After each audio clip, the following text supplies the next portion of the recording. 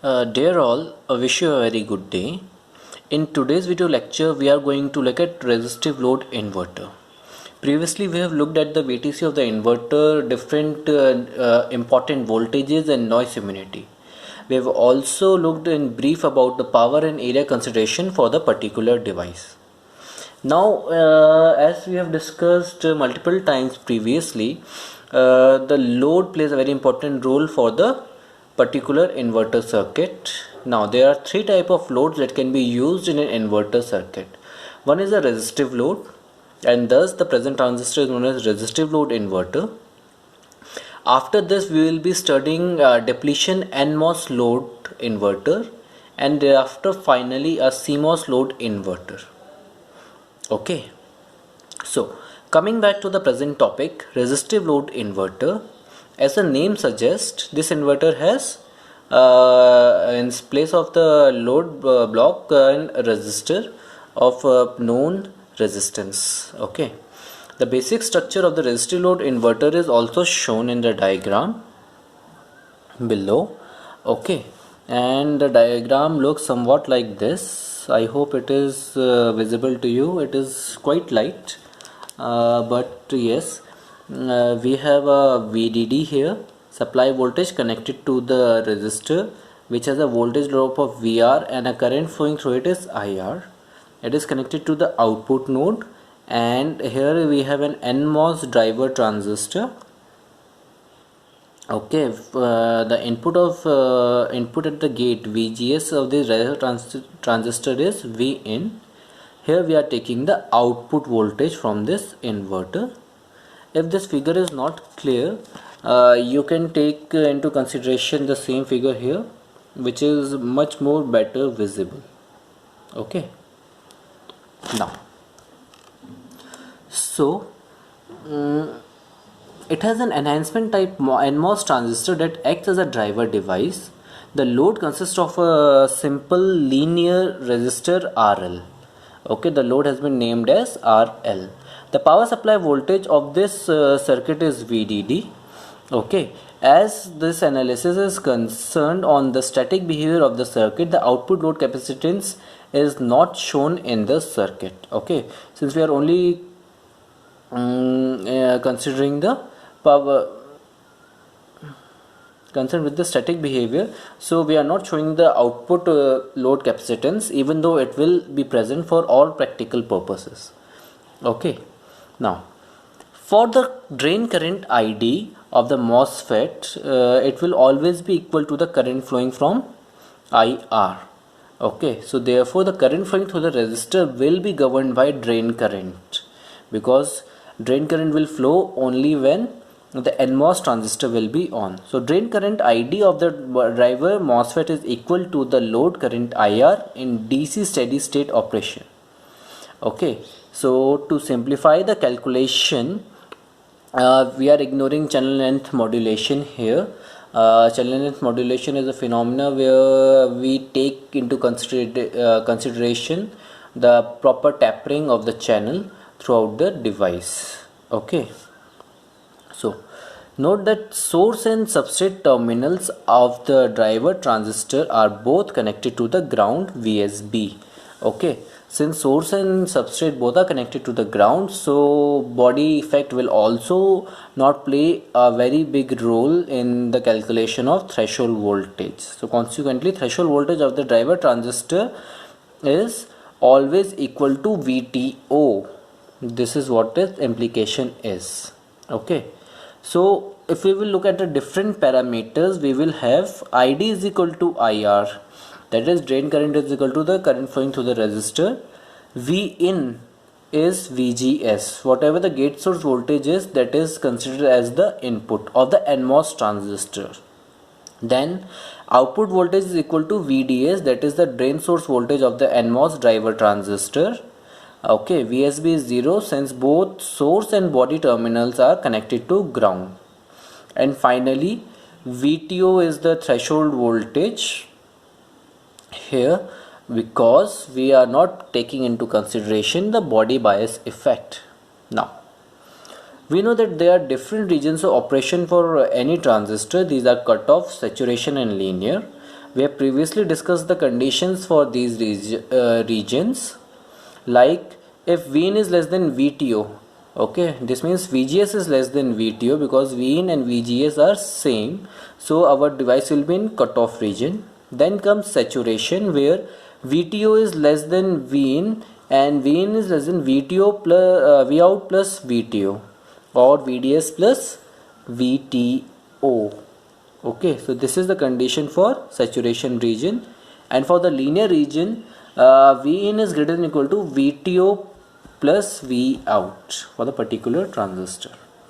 Okay, if you will be looking at different equations with respect to gate source voltage and drain source voltage, you will be better able to comprehend these points.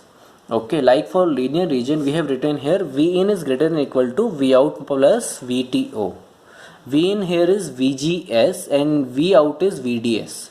So if we will just shift VTO to the other side of the inequality, we will find out that the equation will become VGS minus VTO is always greater than or equal to VDS, and this was also the equation that we have studied for the linear region. Okay, so for input voltages smaller the threshold voltage to VTO, transistor is in cutoff. Okay, so if input voltage is smaller than threshold voltage, transistor will be cut off and it will not conduct any drain current. Now since the voltage drop across the load resistor is equal to 0, okay, the output voltage must be equal to the power supply voltage VDD. So if the voltage drop across the load resistor is equal to 0, output voltage will be equal to the power supply voltage VDD.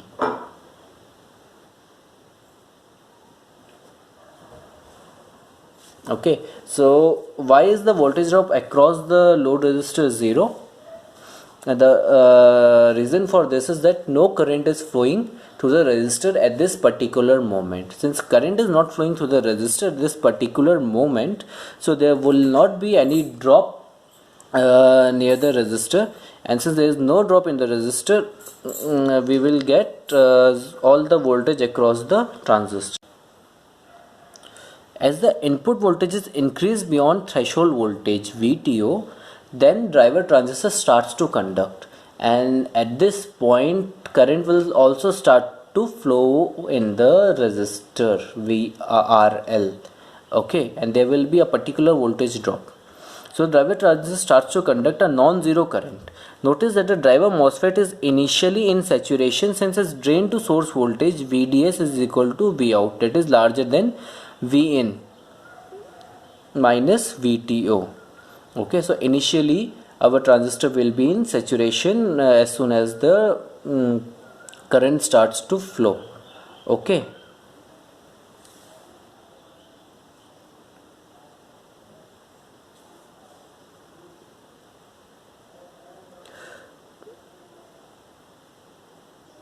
Okay, at this point we will have the current equation somewhat as follow, which will be IR is equal to Kn by 2 Vin minus VTO whole square. Okay, this is a simple equation for drain current in the saturation region. The equation below is also mentioned for the saturation. ID sat is equal to Kn by 2 VGS minus VTO whole square. So VTO is similar here and VGS is Vin for the particular case. And this is ID is also similar to the current flowing through the resistor. Now, with increasing the input voltage, the drain current of the driver transistor driver also increases, and the output voltage Vout starts to drop. Okay, so as the input voltage with input voltage is increasing in the drain current, driver transistor, our Vout will start to drop. Okay, because transistor will start to conduct current and eventually drop will occur across the transistor as well. Okay, eventually the input voltage is larger than Vout plus VTO, and the driver transistor enters the linear region of operation.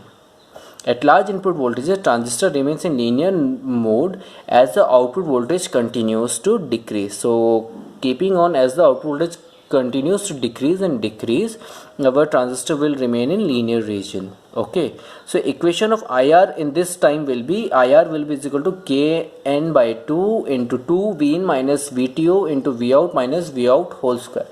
This is nothing but similarly equation for the linear region, where ID is equal to Kn by 2 into VGS minus VTO into VDS minus VDS whole square, where VDS is corresponding to Vout and VGS is corresponding to Vin. Again, ID will be similar to IR.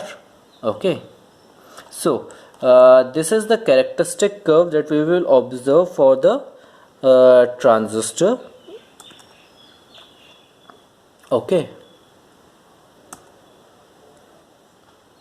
in which we have our output voltage here and input voltage in this node, and curve will be somewhat like this, with the VDD as the voltage, supply voltage. VTO is approximately 1 volt, Kn value is taken as 40 into 10⁻⁵ ampere per square volt, and RL is 10 ohms. Okay, different node voltages like VOH, VIL, VIH and VOL are already marked in this characteristic curve. Okay, so the this figure shows the voltage transfer characteristics of a resistive load inverter circuit, indicating the operating modes of the driver transistor and the critical voltage points on the VTC curve. Now in the next lecture we will calculate the values of these voltages like VOH, VOL, VIL and VTH, keeping in mind the resistive load inverter. Okay, thank you.